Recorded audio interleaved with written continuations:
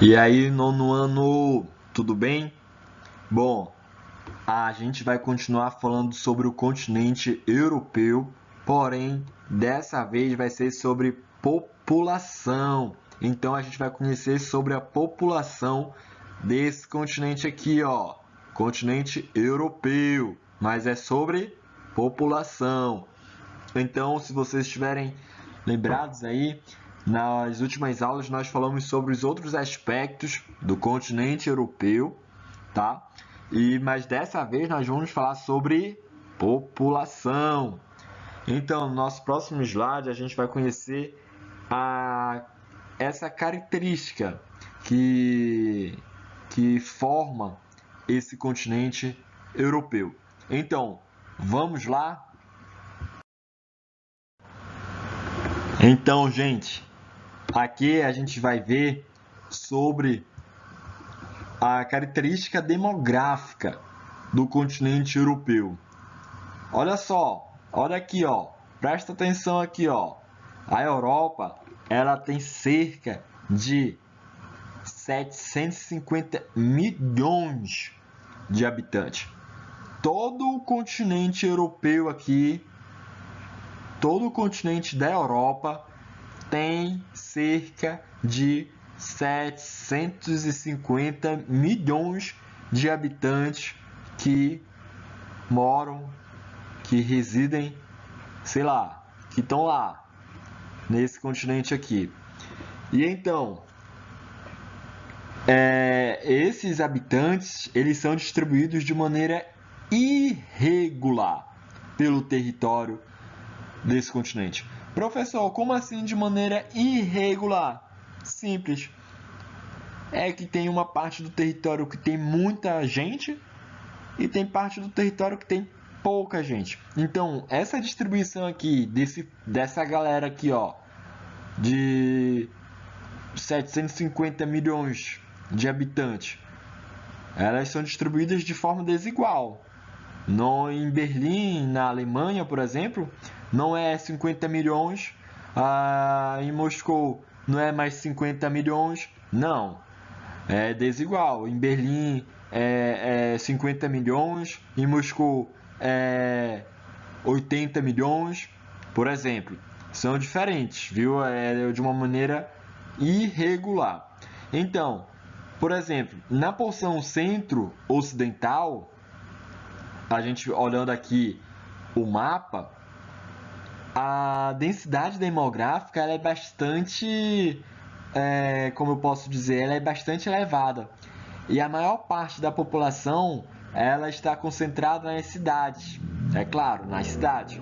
E por exemplo, assim, elas também estão em áreas com clima frio, de montanha ou próximas às regiões polares, a baixa densidade demográfica. Então, em próximos de regiões com clima muito frio, né? E próximos da região polar, a quantidade de população, a quantidade de densidade demográfica ela é baixa. E então é por isso que a porção maior de concentração elas estão mais no centro ocidental. Aqui embaixo, onde eu estou passando o meu laser, tem a legenda, habitantes por quilômetro quadrado, ok? Então, aqui ó, esse tom, essa cor, essa tonalidade mais forte, mais escura, aqui é acima de 200, ok? E aí vai diminuindo. Então a gente pode ver que essa tonalidade aqui, ela está se destacando muito aqui, ó, no mapa. Então é possível a gente saber que nessas áreas aqui são as áreas onde a densidade demográfica ela é maior do que nessas áreas mais claras, né? E então a gente pode perceber que nessa porção centro-ocidental a densidade demográfica ela é bastante elevada. E a maior parte da população ela está concentrada nas cidades. Por isso que a gente pode destacar aqui, por exemplo, aqui, ó, Milão, Paris, Berlim, da Alemanha. Olha aqui Londres, ó, Moscou. Então são cidades que são bastante populosas. Olha aqui no cantinho, ó, escondidinha, a Roma, né? E então a gente vai ver no nosso próximo slide e conhecer um pouco essa questão aqui dessa característica da Europa.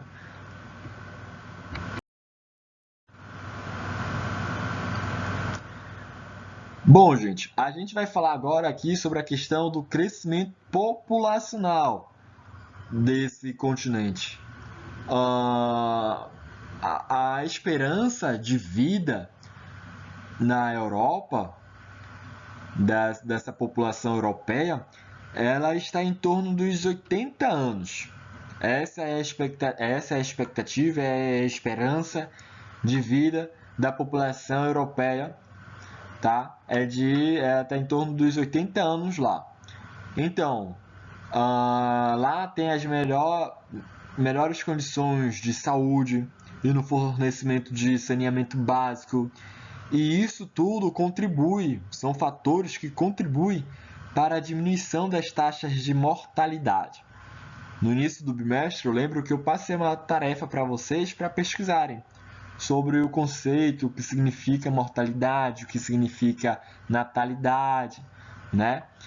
Então, vocês já sabem do que eu estou falando, viu? E então, lá nesse continente, né, por ter condições boas, essas questões de fornecimento bom, a taxa de mortalidade é pouca, é baixa. É claro, tirando essa época da pandemia do coronavírus, né, não pode ser considerado, tá? Porque isso é uma coisa que a gente não previa, não sabia. Mas lá, o continente europeu tem boas condições de saúde, ok? De saneamento básico. E então, em alguns países, inclusive, a população de idosos ela é superior à de jovens. Ou seja, do que eu estou falando?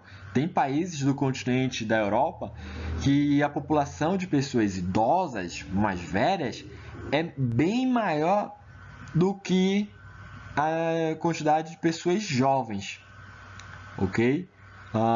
Então, o aumento da esperança de vida tem exercido grande pressão no sistema de seguir essa questão do aumento da esperança de vida, né, ela tem exercido uma grande pressão nos sistemas de seguridade social e de saúde. Por quê? Porque acaba tornando um país de população muito idosa, né?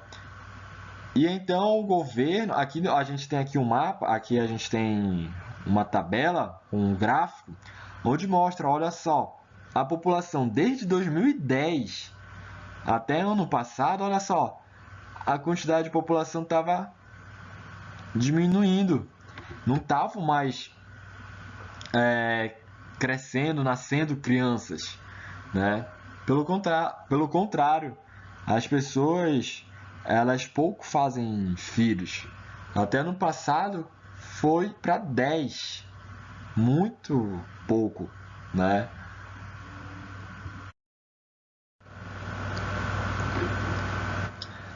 E aqui a gente tem a taxa de fecundalidade em países selecionados. Olha só, a gente tem aqui a França e Portugal, ok? Portugal ele está representado pela cor rosa, a França está representada por essa cor aqui, uma tonalidade de amarelo escuro, né? De argila, de barro. E então, em alguns países da Europa, os governos eles implantaram políticas de incentivo à natalidade, ou seja, incentivando com que as pessoas tivessem filhos. Como, por exemplo, eles deram de incentivo a concessão de créditos flexíveis e também isenções fiscais para as pessoas com filhos. Nos países em que esses incentivos foram reduzidos, mas recentemente, como por exemplo aqui na França, a taxa de fecundalidade ela voltou a cair, né? Por exemplo, ela subiu, mas aí ela voltou a cair.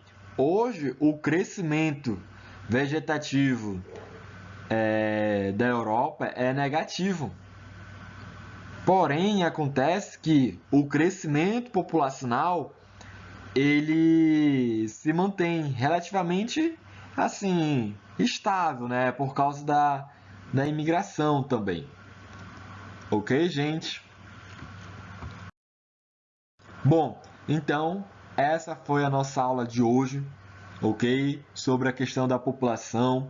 Logo mais eu vou passar um trabalho para vocês fazerem individualmente, é claro, né? E em casa, ok? E desde já um forte abraço para cada um de vocês e vamos estudar e até a nossa próxima aula. Tchau!